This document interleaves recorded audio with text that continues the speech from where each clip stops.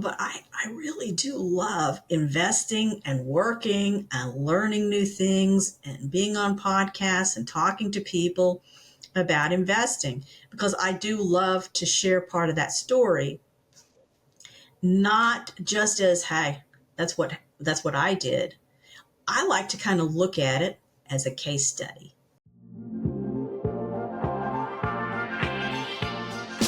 Welcome to the Path to Passive podcast, where we talk about building wealth and empowering lifestyle through commercial real estate investing for tech professionals. I always wish that other tech professionals reaching financial freedom had documented their journey along the way, so I'm doing it for the rest of us. Join us as we explore stories, many failures, and lessons learned along the way. I hope you enjoy and subscribe. Sharon, thank you so much for being here. I appreciate you taking the time. Before we get into your quick introduction, just for everyone to be able to hear a little bit more about you, your background. I know you've been doing the circuit and going on a lot of different podcasts, which I love to hear the stories. I just finished one as well.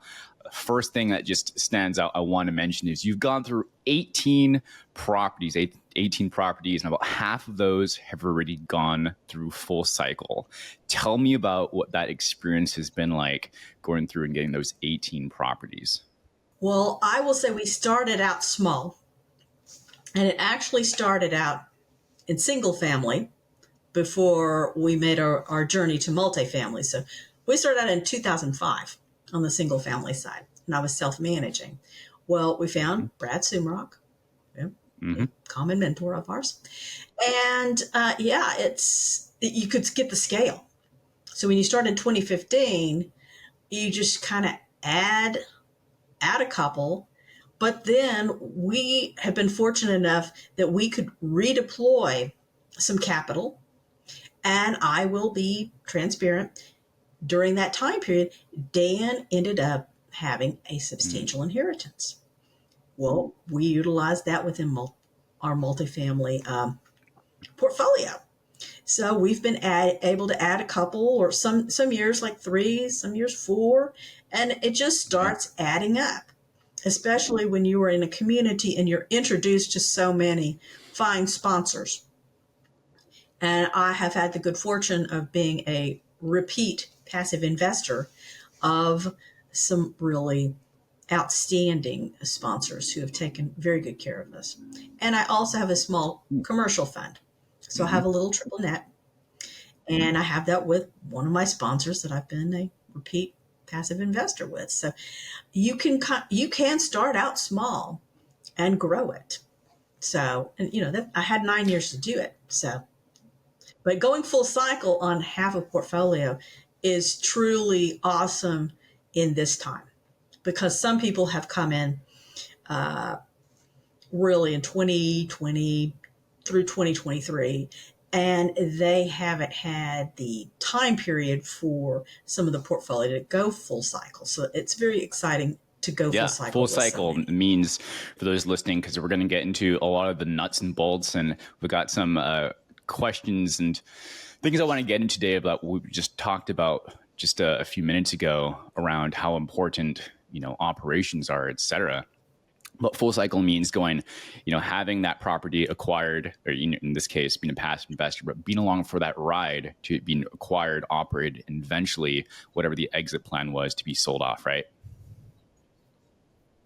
Yep. It's when the property has been sold. And typically when I started out in 2015, it was a 5-year business plan. Usually the exit strategy was maximum of 5 years. Cool. So you mentioned a couple key things there already, which is that, you started single family, and I heard that you were, I think it was your words, correct if I'm wrong here. I think you mentioned that you were a construction brat. So construction. Oh yeah, you picked that up somewhere else. Yeah, I am. I am a proud construction brat. My dad took us to sites as kids. He was one of the contractors that helped build DFW Airport in the beginning. And so, it's a very interesting experience as a girl. Yeah. Because it's introducing you to the world, and I had 2 brothers too, to the world of boys and men at an early age. And you and I know, multifamily and a lot of real estate assets are very Yes. male dominated. A lot of tech people, you fit the profile very well. I am more of an outlier, not from my analyst, but from the gender side of things. But that really hasn't stopped me, and I guess it's because of that early childhood. I got that introduction into that. It just allowed me the freedom to do things that Yeah. I boys wanted mean, to do too. I was a trumpet player in school. I wasn't a wind player. I mean, it was like boys, and they were like my brothers. It's not like they were my sweethearts. They weren't. They were like my brothers. So it's yeah, just that's more awesome. I brothers. mean, there's so much. I mean, your lived experience to get exposed to, and so many things with that exposure. Limiting beliefs broken right away too, right? And so Oh, yeah, definitely. outstanding. And I will say too, even touring properties and going Mhm. on some buses, like through Sumrock Community, and even earlier than that, I was around so many men, because it's mostly men, and a lot of technical people. And I, not an engineer, I'm more on the finance side, finance and accounting with my MBA. I have, just to kind of tease people, the men, ask them, oh, please don't tell me yet another engineer when we're on a bus tour. Yeah, I've done it. Yeah, And they love it. It's like, oh, yeah, we are. You know what we yeah. are. Yeah. I love hearing the stories. Let's feel free to keep on bringing more and more and more of it. I appreciate it. The key point that I think is so important, especially for this talk here today, your talk and what you're want to have you on here for too, is to talk about really going through this idea of you can really do that, right? Like many tech professionals, they have spent Real the good. time, to get good at their craft, right? We're talking about the different people that are at the Amazons, Netflix, Google, Metas, Facebook now, et cetera. And that's what they spend their time on. And many people have gone their first residence and have thought maybe I get a second for, an investment, or maybe this Airbnb thing is really cool, or whatever the flavor of the season is. But, I heard you talk about that. If there's something that you could tell your younger self before, is that you would have gotten to multifamily earlier instead of doing single family. And so, I would have. I would have gone, even though it gives you a lot of great nuts and bolts. It's more affordable for many people. But even in the 2008, 2009 time period, in my business, my first business, I experienced a credit crunch. And we had to go to Alan Cowgill. He's a national trainer in private lending. So we could get through that time period because banks were really shutting down that credit. They were not loaning for got real it. estate Talk to me investments. about how someone would go from not knowing, or from hearing this for the first time. Sharon, you're telling me that I don't have to go and do single family. I can go and do this multifamily thing. I can go invest in multifamily. This is, pretty new for me as a tech investor, or, technology professional who's looking into getting into real estate investing to hear. So how do they go and, get into multifamily investing? Well, one thing that I did concurrently with finding a mentor specifically for that asset class, because that's what I've done since 2005. I also went to a local meetup. That's where I met one of my sponsors that I've invested with multiple times. And I'm also in a commercial fund with. But you meet people locally, and you also meet people within a community. If you are a student, right now, I am being mentored by Brad Sumrock, still. Been in his mastermind, the Millionaire Multifamily Mastermind, since 2019. And now I'm in Hunter Mm-hmm. Thompson's Raise Masters, in that mastermind. So I am being educated, but I'm looking at specific areas to enhance my education. But I will say when Dean and I first came in, we came in at the very beginning training offering. And I'll be honest with some of your listeners, in Sumrock land, they don't talk about foundation, but you can go in there, ask people about it, and you could start out at that level. And that was the module set that was specifically created for passive investors to learn how to be passive investors. And then you can talk to other people too, because I have been a passive investor for 9 years. So, and I love to seek out people who have been passive investors longer than me or have more in their portfolio than I do. You know, one of my things is when I've been at an event and I have another passive investor that literally pulls out his spreadsheet, and we are talking about the nuts and the bolts of performance with his portfolio versus our portfolio. Love it. Yeah. And that speaks to your analyst hat as well, right? It just speaks to my analyst soul for sure. So starting with the LP, starting with the LP side is what you would recommend. And that would be for maybe some of the obvious things here. Feel free to tack some of those things on. Would be learning to see how the cycles go, right? What the processes of the operations are, how the communications are handled. What are some of the other benefits for you of starting with the LP before you've gone into the GP side? Well, also you learn the language of that asset class. Like multifamily, you have all of your own, own financials, very unique, and you have your own language and acronyms. So like NOI, you've got, and that way you learn all of it. It's like going in and learning what the ledger is supposed to look like in that particular business. And because I'm an analyst, that's kind of how I looked at it. How is the accounting? How is that done? And what is peak performance and what is poor performance? And then also, what language should I know? What do these acronyms mean?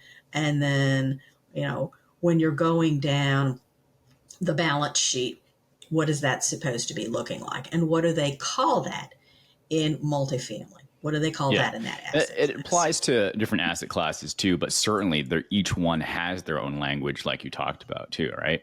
There's something that I thought was really interesting here that you talked about, or you have here written. I wrote down earlier here is the 8 steps to follow when investing in multifamily properties. Whether you want to go through all 8 or a number of these, or some of these things that you can describe to the listeners that they would go through investing? Well, some of those things we've already touched on, like finding a community, finding a mentor.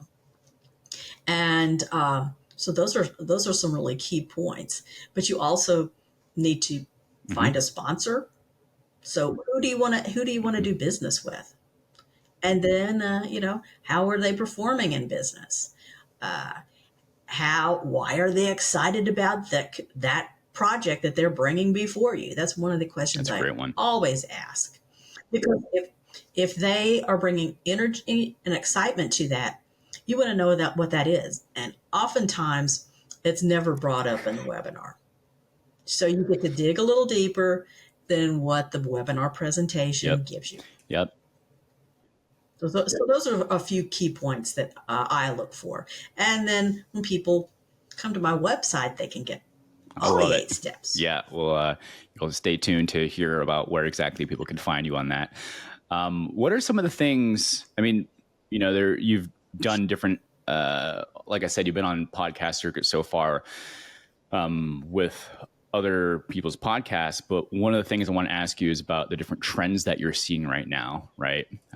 Whether that's things tightening up, whether that's certain types of distributions, and we can work our way to, also asset management, property management, whatever things you're seeing that are fundamental that um, are really coming back to light in today? Okay. Well, some things that are coming around full cycle. I will say in the 2015, 2016, even 2017 timeframe, uh, people were just not as tight on that asset management. Well, and the distributions were coming in like clockwork as far as being a passive investor. Fast forward, moving forward, and some of this may have even started during COVID or a little bit after, like 2021 through the 2023 time period. And you're just seeing the distribution Mm-hmm. pauses. And I know some of the passive investors, you're seeing that. I've experienced that. There have been some capital calls, which means that they're just really wanting to infuse more capital into a property. A lot of times it is just to infuse more cash Mm-hmm. for CapEx. So keep some operational improvements continuing moving forward.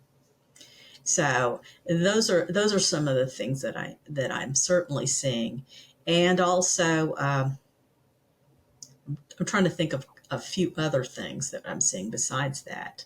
Oh, also, there's a lot more changeover in property managers, regional managers, even within the same property management company, or leasing agents. So I'm really seeing a lot more of that. I never really saw that in the earlier years, 2015, 2016.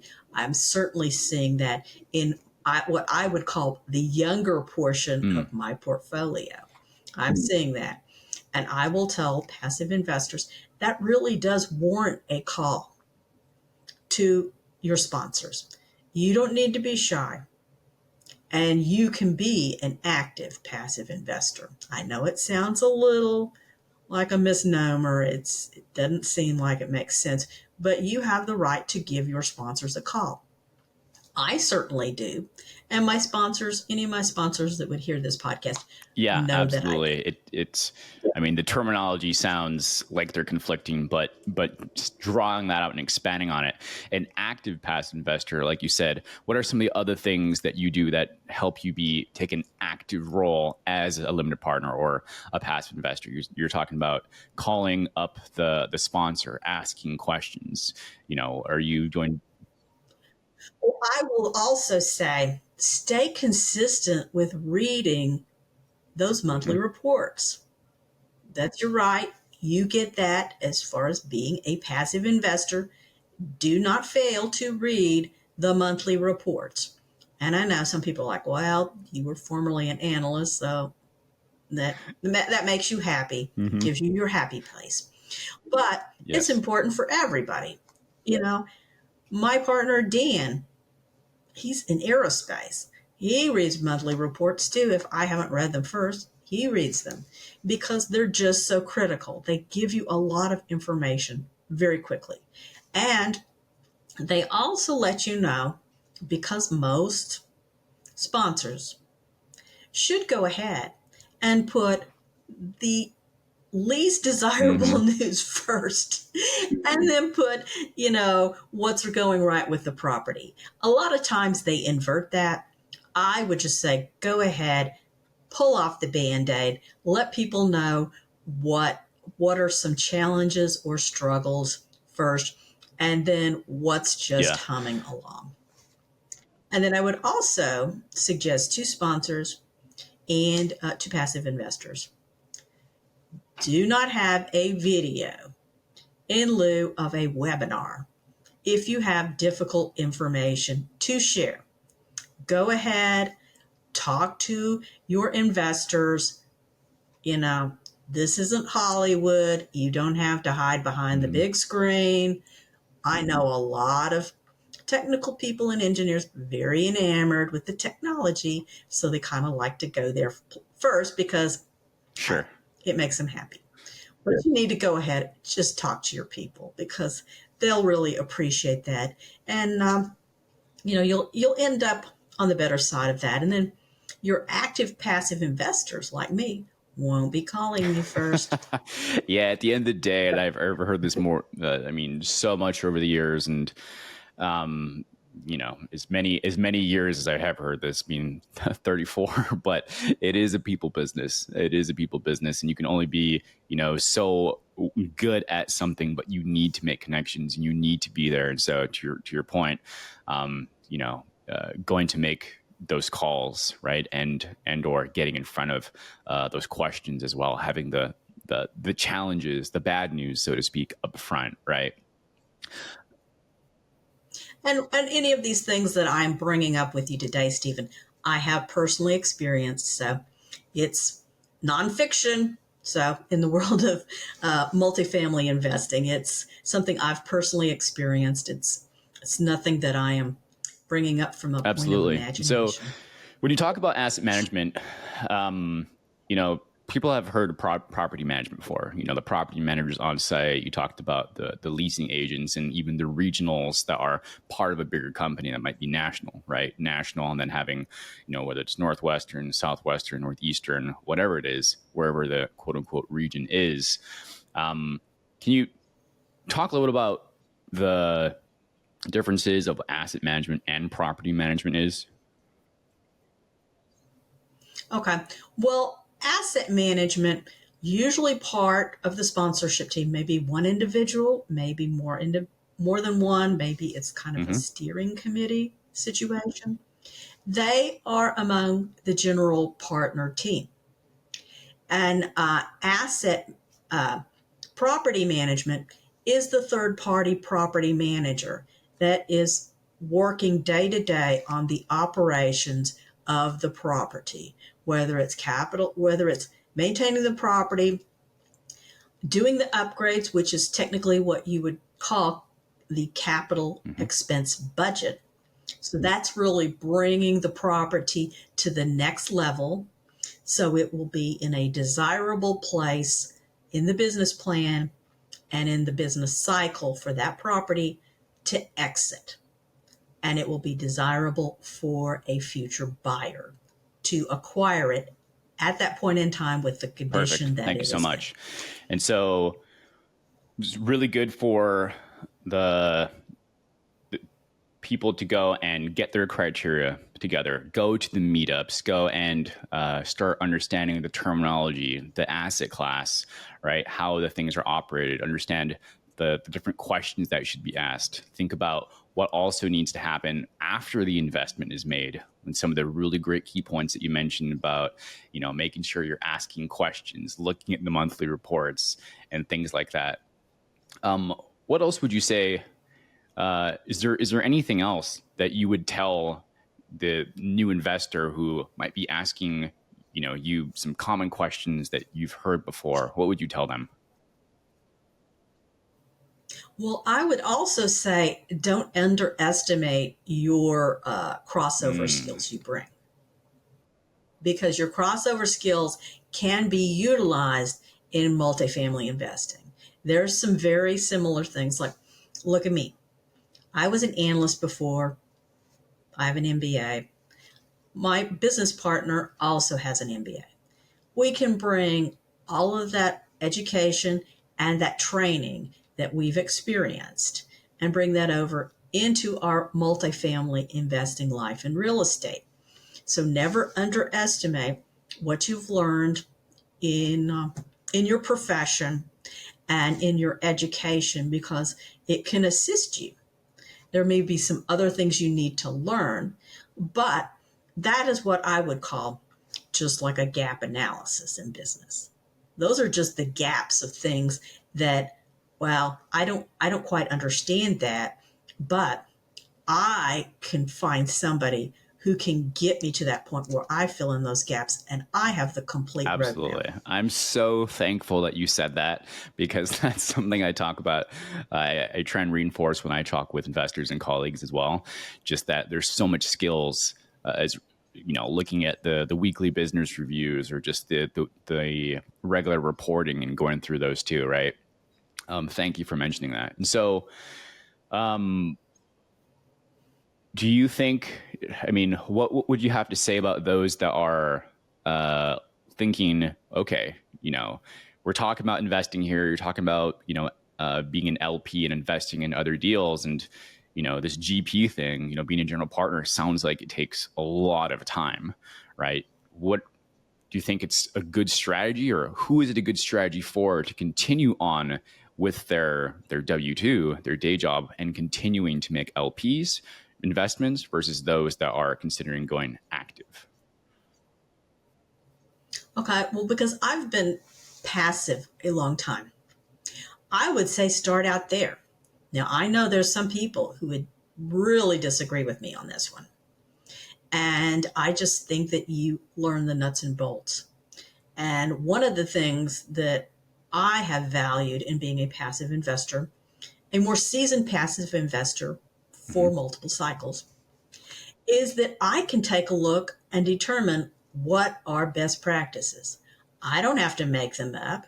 It doesn't have to come out of my thoughts alone, because I have a whole panel of people that I've worked with in the past, and I don't mind, sending them a little direct message on whatever platform I choose, because yeah, I Yeah. can pick their brain, and they know that that's what I do. I look at that as a perk, because you have been a passive investor, and especially if you have been a passive investor with that sponsor more than one time, they are more likely to open up to you, because you are like the sweet spot person for them. I mean, that is like the Yeah. favorite child of the family, to be sure, because yeah, and also you can, on your way to being a general partner, I have gathered a lot of really great tips, even including brokers I should seek out, that were not really discussed in with Mm. my current mentor.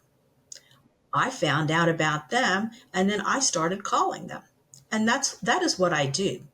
And Dan and our partner team, we've been best Mm-hmm. in final, so a couple of times. So we've come close for the general partner side of things. But we just haven't got the numbers right, Mm-hmm. property right. I mean, there's still, even on the general partner side, there is not a meeting of the minds yet regarding selling price and purchase price. It's like that gap. I was talking about the gap regarding skills, uh, and and all those other things for passive investors. But with general partners, there that is still out there in the environment. Not only do you have some of the debt Mm-hmm. situation, because you've had all those interest rate hikes, but you don't quite have the meeting of the minds. And that was a situation that was not as common in 2015, 2016. But I will say the sellers have rather stubbornly held on to what they believe the selling price should be of a particular asset.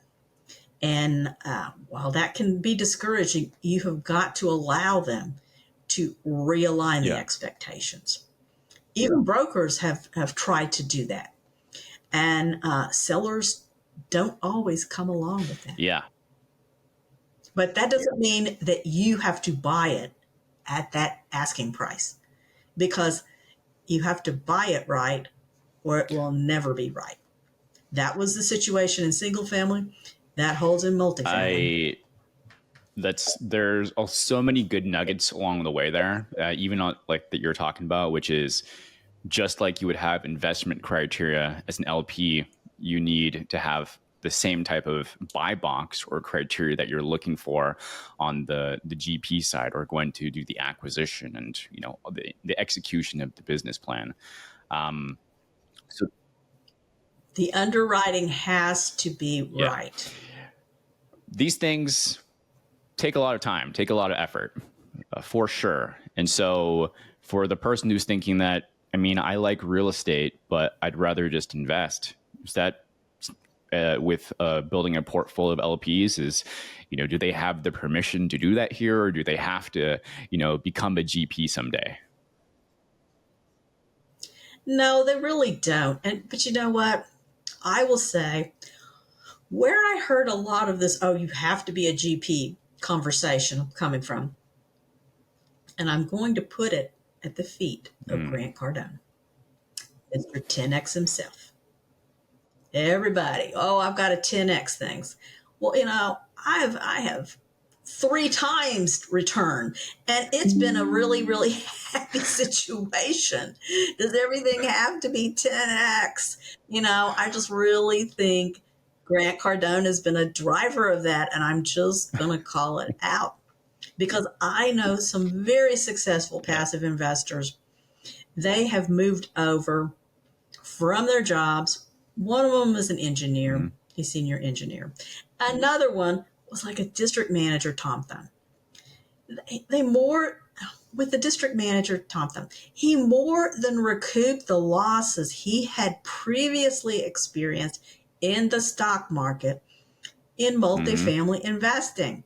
And to this day, he laments that his children are just not quite on board regarding the multifamily investing thing. Well, for Dan and I, we're starting another passive investing LLC. Our daughter, 27 years old, will be a partner.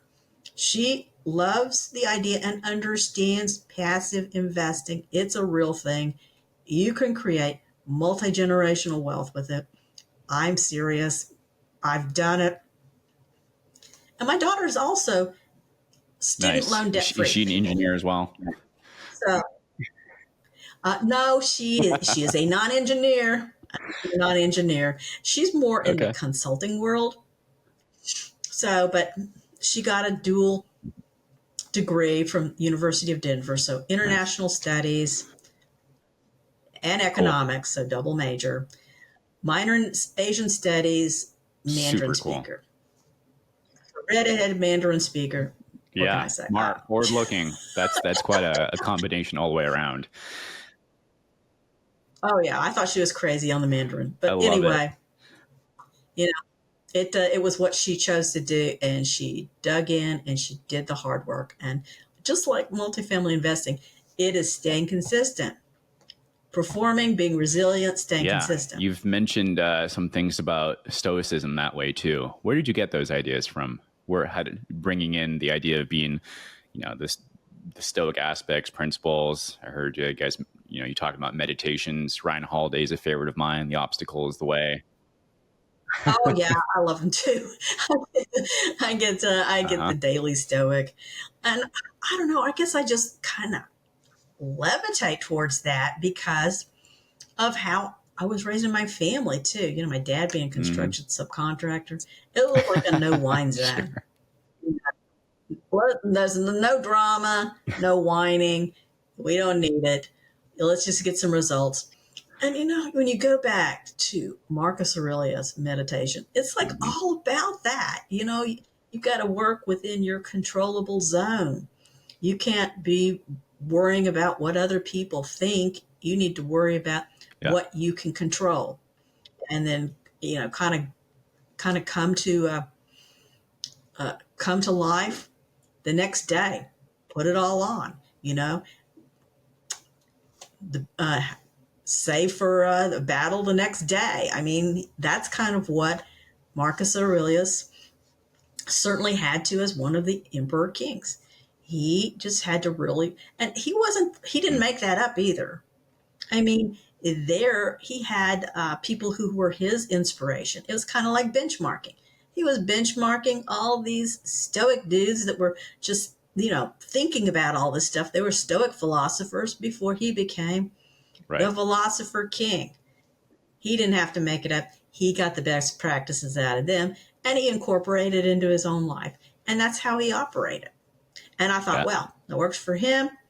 I'm operating like that too. It kind of works for my personality anyway, because I'm just not a real high drama kind of person that just doesn't Who work has for time me to and my complain? lifestyle. Right. Well, if well, There you go. bring the solution. And I will say that is always something that my dad wanted all of us to be, all 4 kids. He wanted us to be critical, independent thinkers, and also bring the solution. Don't bring the problem. Don't bring the whining. Don't bring the crying. Bring Right. the solution. Point problem out, which is fine, but to your point, bring the solution. Absolutely. Yeah, you can point out, Yeah. hey, what's wrong, because that is really, that's the point where you have to make some changes. Something is not working, but have the solution in mind. That's certainly the way my dad thought about it. A lot of times, that's kind of the way the Stoics thought about it, because that is within the philosophy of them talking about what is within your control, I and also know what's outside of your control. Interest rate hikes, well, those have not been inside of our control. That's the Federal Reserve. Uh, whatever's going on in the economy, COVID, those are external factors that are outside of our control. We understand that, and we don't lose sleep over that kind of stuff, because you have enough work to do with what is I within your control. thank you for that soundbite for sure. And I mean, really the wisdom of it.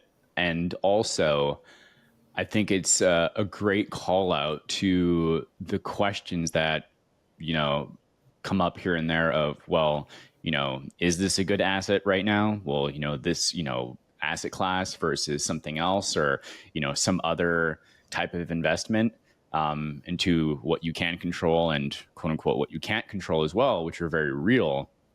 It's getting familiar with the variables that you can control and what you can do with that and plan as well, right?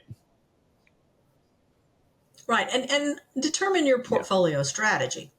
Because I will say, in a lot of ways, in my observations, multifamily was always kind of a long game, but it's been a little bit more of a long game, especially when you have distribution pauses or some capital calls scattered here and there.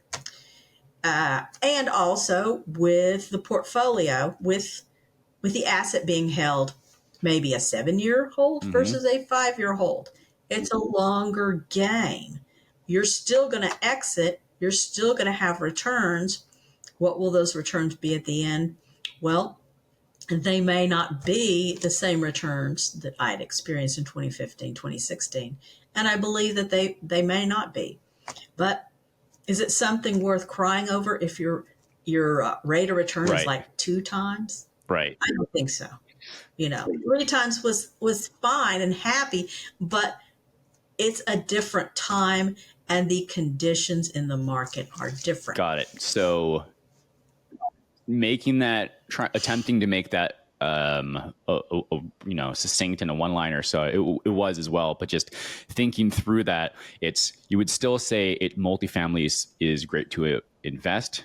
It's just, of course, like you were making the comparison, it may not be like the numbers you saw before, but even if it's 2x versus 3x, what do it's nothing to cry about. It's also just will always be a longer term asset to invest in as well.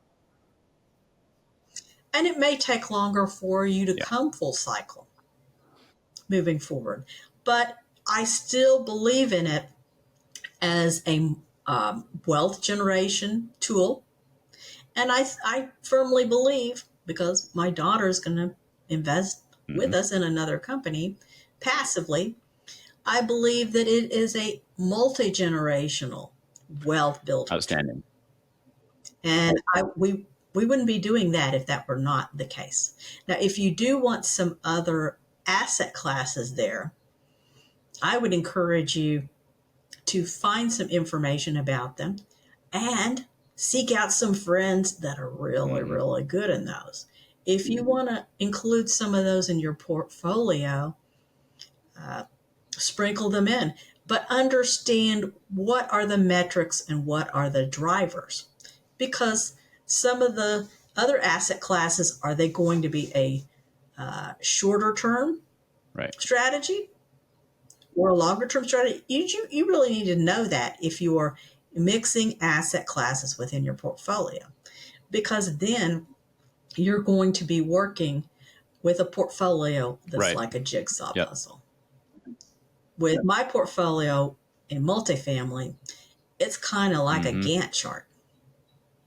It's like, okay, when does the exit? Okay, when's this exit? When's this exit?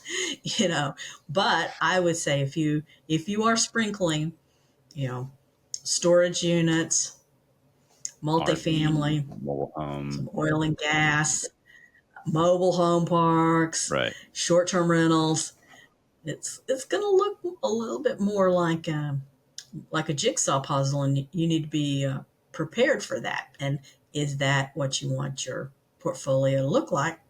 Maybe you do.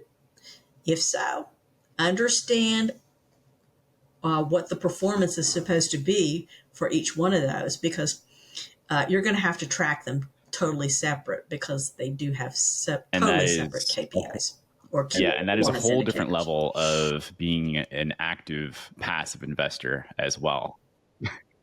I mean, that is that it just kind of makes my head spin, because some people, they're looking at some bright and shiny objects right now. But do they want to live their life and have their lifestyle with their family be like that of a Right. day trader? Be careful and think about that. Yeah, I absolutely. Can you speak a little bit about when we talk about generational wealth? I think what you're doing with your daughter is so cool, and to talk about it here too.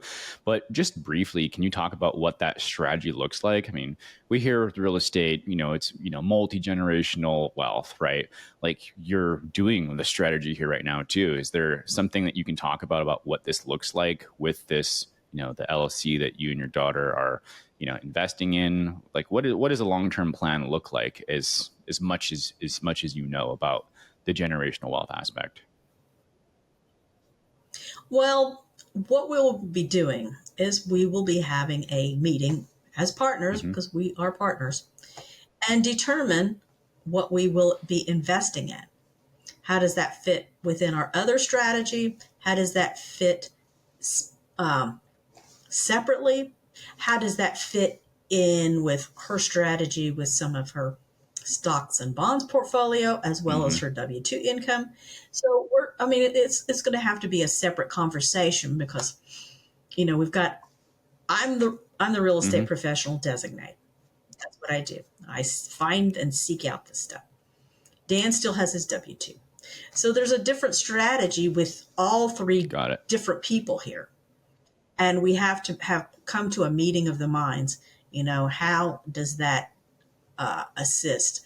Is our portfolio going to be something that's a little longer term game?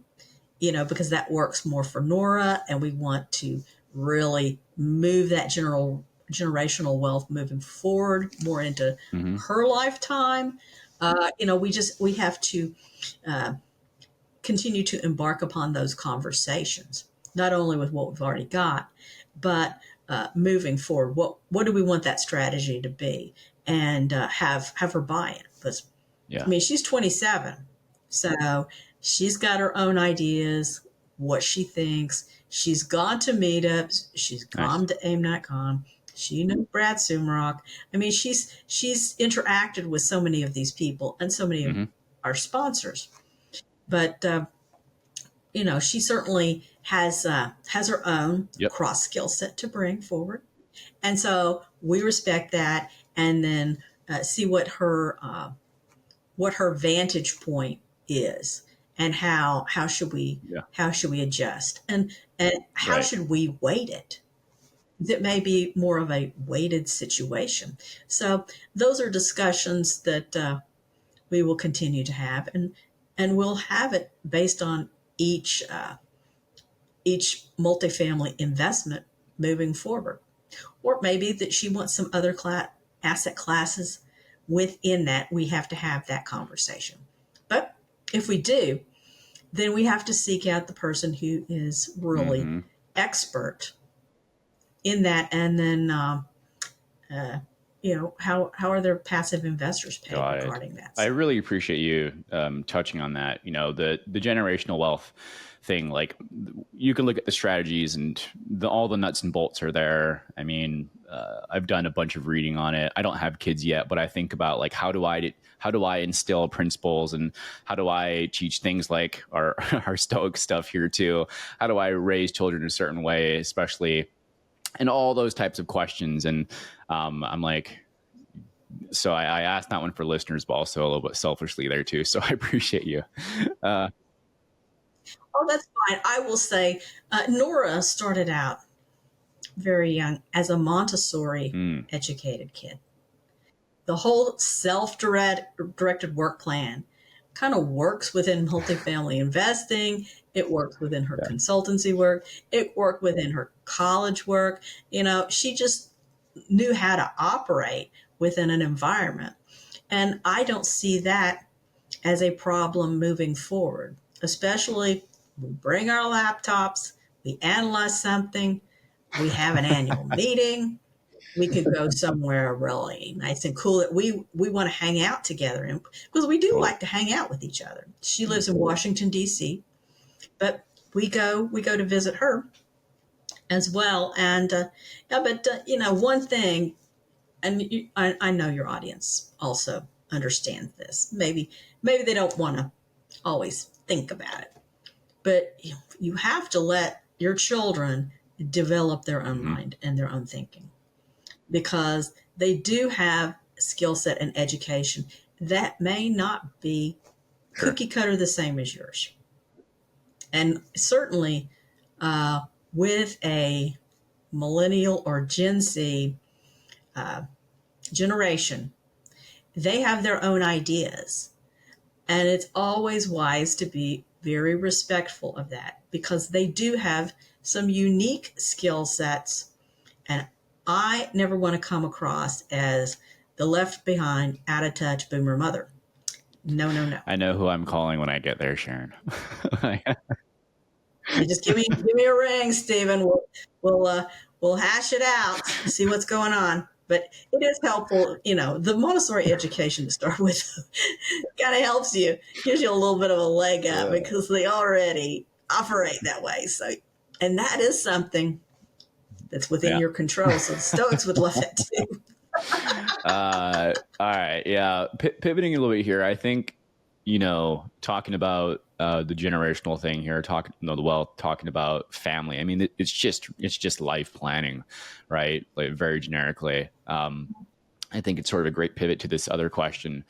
And especially as I think about, you mentioned, especially as I think about having enough for yourself, having enough for your family, having enough to be able to donate to things you care about, and whatever bigger purpose and community, things that you want to be a part of and contribute to, I think if you're making your first couple investments, you're thinking about how can you build streams of income and cash flow. And then, it's because I want quote unquote financial independence. I want time freedom. I want to, go do the things with who I want to, when I want to, whatever. Right.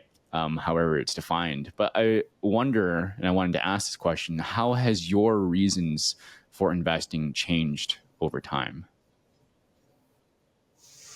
Well, my reasons have changed, because when I first started out investing single family, Mm-hmm. I was younger, 2005. And, right. And now I don't mind telling all of you, I'm 64.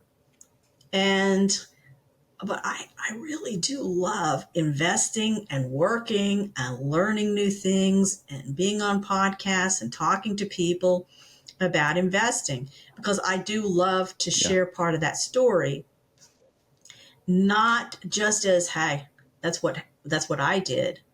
I like to kind of look at it Yeah. as a case study. That's how my brain operates. So it's like a case study.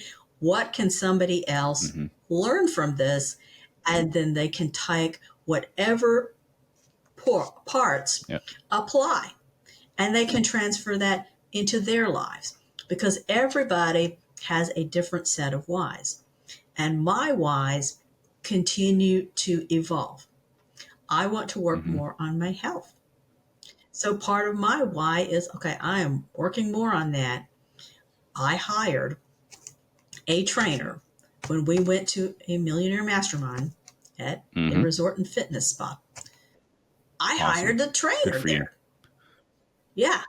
Yeah, he's remote. He's in LinkedIn with me too. So he does get some visibility from some people because I call him out because he is just so smart. He's like got alphabet soup behind his name. He knows a lot of stuff. I don't know the stuff he knows, but he's got me clued in with some prepared meals that are working with my calorie intake. But now he's also listing out my whole Nice. workout routine because he and I have such a, he doesn't even know this yet, but because he and I have such a solid and very candid relationship, I'm going to ask him to include some little video clips behind each of these little uh, everything he wants me to do. So I get the position correct. So that's when you find, a coach or mentor and they can help you take that to the next level. Not only just say, hey, I'm hiring you. We got this done. Well, this is done. But wow, I was thinking about it and I need more. And, my mentors, they know that now because I just do. I just like always need more. I'm like Oliver Twist, more please. I just am like that, but it's not in a grouchy way. It's just I take it back and I think about it, and it's like, oh, well, I think that if I am on on Zoom calls so much, if I have a video, I really know how to do this better, and I don't have to really think about it. And I can really get this exercise in. So that's kind of what I'm doing with the health side of things, and with the wealth. I am just continuing to look at what makes sense moving into the portfolio, knowing how conditions have been. I will ask many tougher questions, but I do that based on what I experience and see. And I'll just have more questions to ask, not only when I invest, but before I invest, and then after I invest, and then moving forward after I get my monthly reports. It's just going to be a lot more because I've experienced more, I've seen more, and I would say a lot of people, I know that they have that health and fitness side with that. But I will say, and a lot of entrepreneurs and investors are guilty of this. They put that more on the back burner. Well, why did I move that to the forefront? Because my very candid future partner has told me, it's my 27-year-old daughter, Mom, you cannot tackle the hills of Greece and get to the Parthenon if you don't change your health. You need the stamina. She was just telling me. So that led to the Andre decision. So it was like a little decision tree. That led to me really working with him and losing weight, but we're taking it to the next level. And she's very proud of me because it's like we're really taking this decision. But we even have the goal is named. It's got a name. It's Get to Greece. It's in My Fitness Pal, so that's listed in there. I've got my food I order. I've got my other food I order, and it's got a motto now.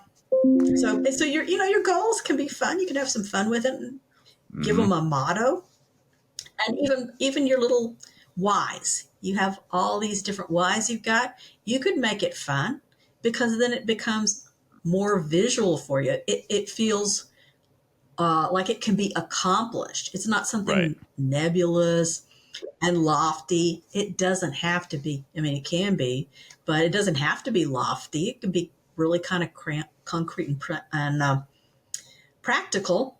But hey, I hit that point.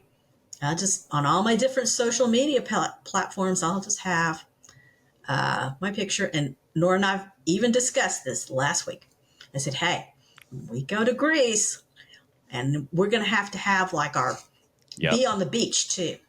It's not just going to the Parthenon. We're going to be on the beach, be in these really big, outrageous hats, looking, having a fun time, hanging out together, because we're just going to really make it fun. And it's like, fitness can be fun. Look at what this can do. You can hang out with your family. You can do these cool things, and look how good you can look and feel great. You just look great. And feel great. Yeah, and I am already starting to feel some effects of that on the energy side, and just one of the things that Andre wants me to make sure is I'm not losing muscle mass. We're losing that body fat and the recomposition of the body, and I even have my Omron scale. So I'm trying to be really, I don't know. I guess it's the financial analyst in me. It's like, we're trying to take this to the next level, some scientific stuff. And here, Dan Riddle, poor dear, he's helping me program it, because he had all these engineer hours. So it's like, I know this isn't aerospace. This isn't glamorous. This is the scale, but I need some help. And we've got that down and adding all that stuff to the memory. And it makes Andre happy. So it's like, hey, we got more data for him. So he's a data hound too. All of you working together, and in the different areas you mentioned health, the wealth aspect, obviously, speaking about the relationship with your daughter and going to, get degrees, which I wrote down and circled. I love that idea because it's a journey as well on the, that and, the happiness side, like building those memories, feeling better, having more energy. And then. Well, I would also say too, you just always be aware of the people that you are around. That is so huge because you want to be around people who uplift you. They're not jealous of you. They're happy where you are. They want you to be the best version of yourself. And if you are around people who are in a meetup, or definitely once you do tackle a mastermind or two, they're going to want you in your best place. And any kind of communication that they give you, a direct message, it's just like, hey, I want you to think about this, or I'm just letting you know what's going on. In one of my masterminds, we've even got, a WhatsApp, and I'm letting people know what I'm doing, with Andre. I will be honest with you. Brad is also working with Andre, but he's not being consistent. And so I'm kind of messing with him a little bit. Yeah, I'm messing. I know, it's sad. It's so sad. I'm messing with one of my mentors, and he's so awesome, regarding what I owe him, a debt I cannot repay. Just being so consistent and such a heart for education in multifamily. But I want him to be the healthiest, best version of himself. And he's the one who inspired me, Andre, because he said, hey, I'm doing this. He told everybody in front of him, no, I'm not bringing this up in front of the whole group. I'm just sending little messages like, this is what I'm doing. But I know it triggers Brad. He's like, oh, I have missed stuff. I'm not staying consistent with my Andre stuff. Plus, Andre tells me, so it's like, he's in a kind and in a healthful way. He's kind of ratting out on him a bit, but that's what friends do. That's what, they want you to do what's best for you. And they let you know when you're just not showing up. And Brad has asked me before, when we've been in some mastermind sessions, because he'll see if he said something that I think, why did you even say that? Because my face, it just shows it. It's just like, this is just ridiculous. Why in the world did you do that? Because I'm really transparent that way. But I don't tell everybody else that. I mean, he approaches me, and that's the way I approach everybody else. So it's kind of like, I'll tell everybody first. It's kind of like, hey, will you adjust that? Because that is just so you can do better. And I expect better. I expect the most out of my mentors. And I expect a great deal out of my friends. and my podcasters too, who become my friends. Yes, Because, ma'am. many of the people, as you've seen on LinkedIn, I've got my former podcasters, cheering me on because we're just all learning together. And I want to share something unique with each I audience. appreciate you being here, Sharon. Sharing not only about the topic, but sharing about your life, and just sharing your life and your time on this. So thank you for being here. Well, life can really be good. And I would like everybody to picture something that I experienced. And this is when I was at my little casita. This is at a millionaire mastermind in Punta de Mita, Mexico. So we were in this awesome Conrad property, 800 units. They had these casitas by the Pacific Ocean. And I would love everybody to be able to experience just going out on their little patio, listening to the Pacific Ocean in the background, and just really loving where they are in their life. They made some great decisions that have led to a point that they can be in a very special place and treat themselves so specially, because you deserve your best life. You truly do. You deserve your best life. So with that, where can people find you, Sharon? Okay, they can find me. I'm social, so I'm on LinkedIn. I do have 3 Facebook pages. I am on Instagram. I will say I'm certainly building my LinkedIn community, and there's more things that are offered, and I am wanting to build that beyond a point where I publish a newsletter. So that would be awesome. But LinkedIn, Facebook, Instagram, and I do have a company website, which is www.excalibur. It's EXCALIBRE.Texas. So it's www.excaliburtexas, so all together, .com. And I do blog on the website because my marketing person, he wants me to do something special and different. And we also give other special gifts on the autoresponder. You fill out the contact page, get 8 steps to passive investing, and we are going to be offering yet another special gift. That's going to be how you avoid some headaches. So kind of the contrast to that. And that's going to be another special gift. And I also book appointments on that website. So I like to be able to give calls to people and talk to them personally where they're at and just hear them out as far as where they're going. So 15-minute, 30-minute conversation just to get them on a track that they want to continue to pursue. And I really like to do that for people. I would like them to be future investors themselves, and everyone has that potential. I'll make sure all that's in the show notes. I'll get all those links for you, and go and get those 8 steps, get educated, understand, do you risk yourself? Do you re-risk that side? To know the terminology, language, what questions to ask, go talk to Sharon. I'll make sure that's in the show notes. Be a lifelong learner, because Stephen and I can certainly tell you many things and not hesitate to communicate back with you. Perfect. Thank you, Sharon. Appreciate you. Thanks so much, Stephen. Thanks for joining us on another episode of Path to Passive. We love connecting with our listeners and those on the path to architecting their wealth and improving their lives. Feel free to let us know what topics you'd like to see in future episodes. Get in touch with us through email or Instagram. See you next week for a new episode.